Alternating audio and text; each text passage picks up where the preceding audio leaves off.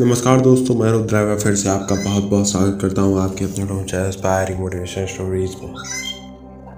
तो दोस्तों, आज की इस वीडियो के अंदर हम बात करने वाले हैं एक राजा की जीवन के ऊपर। वह राजा किस प्रकार पुण्य कर्म करता हुआ एक स्वर्ग को प्राप्त होता है। यानी कि आज इस वीडियो के अंदर हम जानेंगे कि पुण्य क्या है उस राजा की कहानी के आधार पर। तो चलिए ज़्यादा समय ना लेते हुए वीडियो की शुरुआत करते हैं।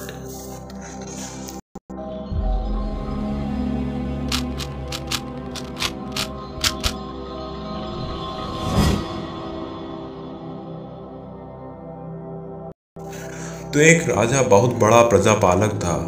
हमेशा प्रजा के हित में प्रयत्नशील रहता था। वह इतना कर्मयोगी था कि अपना सुख ऐशो आराम सब छोड़कर सारा समय जन कल्याण में ही लगा देता था। यहाँ तक कि पूजा पाठ भजन कीर्तन के लिए भी समय नहीं निकाल पाता था। तो एक सुबह राजा वन की तरफ भ्रमण करते के लिए जा रहा था कि उसे एक देव के दर्शन हुए। राजा ने देव को प्रणाम करते हुए उनका अभिनंदन किया और देव के हाथों में एक लंबी चौड़ी पुस्तक देखकर उनसे पूछा कि महाराज, आपके हाथ में यह क्या है। तब वह देव बोले कि राजन, यह हमारा बही खाता है जिसमें सभी भजन करने वालों के नाम है। तो राजा ने निराशा युक्त भाव से कहा कि कृपया देखिए कि कहीं इसमें मेरा नाम भी है या नहीं। तो देवता किताब का एक एक पृष्ठ उलटने पलटने लगे, लेकिन राजा का नाम कहीं भी नजर नहीं आया। राजा ने देव को चिंतित देखकर कहा कि महाराज, आप चिंतित ना हो, आपके ढूंढने में कोई कमी नहीं है। वास्तव में ये मेरा दुर्भाग्य है कि मैं भजन कीर्तन के लिए समय नहीं निकाल पाता और इसीलिए मेरा यहाँ नाम नहीं है।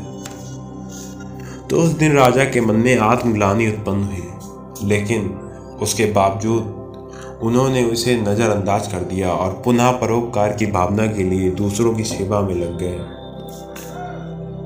कुछ दिन बाद राजा फिर सुबह वन की तरफ टहलने के लिए निकले तो उन्हें वही देवता के दर्शन हुए।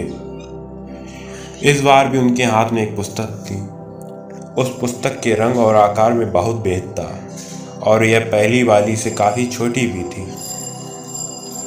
राजा ने फिर उन्हें प्रणाम करते हुए पूछा, महाराज, आज कौन सा बही खाता आपने हाथों में लिया हुआ है। तो देवता ने कहा कि राजन, आपके बही खाते में उन लोगों का नाम लिखा है जो ईश्वर को अधिक प्रिय है। तो राजा ने कहता है कि कितने भाग्यशाली होंगे वे लोग जो निश्चित ही दिन रात भागवत भजन में लीन रहते होंगे। क्या उस पुस्तक में मेरे राज्य का कोई नागरिक भी है। तो देवता ने बही खाता खोला और ये क्या, उसके पहले पन्ने पर पहला नाम राजा का ही था। राजा ने आश्चर्यचकित होकर पूछा, महाराज, मेरा नाम इसमें कैसे लिखा हुआ है। मैं तो मंदिर भी कभी कभार जाता हूँ। तो देवता कहते हैं कि राजन, इसमें आश्चर्य की क्या बात है। जो लोग निष्काम होकर संसार की सेवा करते हैं, जो लोग संसार के उपकार में अपना जीवन अर्पण कर देते हैं, जो लोग मुक्ति का लोभ भी त्याग कर प्रभु के निर्बल संतानों की सेवा सहायता में अपना योगदान देते हैं, उन त्यागी महात्मा पुरुष को भजन स्वयं ईश्वर करता है। ए राजन, तू पछता मत कि तू पूजा पाठ नहीं करता, लोगों की सेवा कर। तू असल में भगवान की ही पूजा करता है। परोपकार और निस्वार्थ लोक सेवा किसी भी उपासना से कम नहीं है। देव ने वेदों का उदाहरण देते हुए कहा कि कुर्वन्त्रे वेम कर्माणि जिजीवेशच्छन्नं समा एवान तापम नन्यतो अस्ति बा कर्म लिप्यते नरे। अर्थात कर्म करते हुए 100 वर्ष जीने की इच्छा करो तो कर्म बंधन में लिप्त हो जाओगे। राजन, भगवान दीन दयालु है, उन्हें खुशामद नहीं बल्कि आचरण भाता है। सच्ची भक्ति तो यही है कि परोपकार करो, दीन दुखियों का हित साधन करो। अनाथ, विधवा, किसान व निर्धन आज अन्य अत्याचारियों से सताए जाते हैं। इनकी यथाशक्ति सहायता और सेवा करो, यही परम भक्ति है। तो राजा को आज देव के माध्यम से बहुत बड़ा ज्ञान मिल चुका था और राजा भी अब समझ गया कि परोपकार से बड़ा कुछ भी नहीं है, और जो परोपकार करते हैं वही भगवान के सबसे प्रिय होते हैं। तो मित्रों, जो व्यक्ति निस्वार्थ भाव से लोगों की सेवा करने के लिए आगे आते हैं, परमात्मा हर समय उनके कल्याण के लिए यत्न करता है।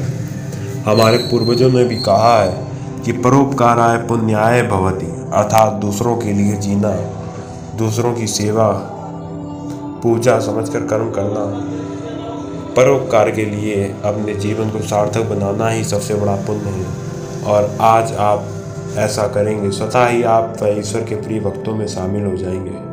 तो दोस्तों, इसी के साथ ही वीडियो का अंत करता हूँ और आशा करूँगा आप इस वीडियो को अपना ज़्यादा से ज़्यादा प्यार देंगे।